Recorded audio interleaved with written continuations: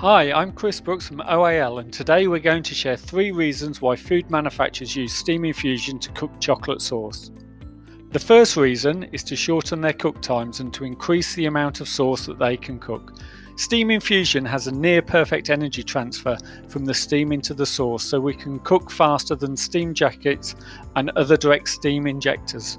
At its peak, we're putting in up to 750 kilograms of steam per hour direct into the sauce.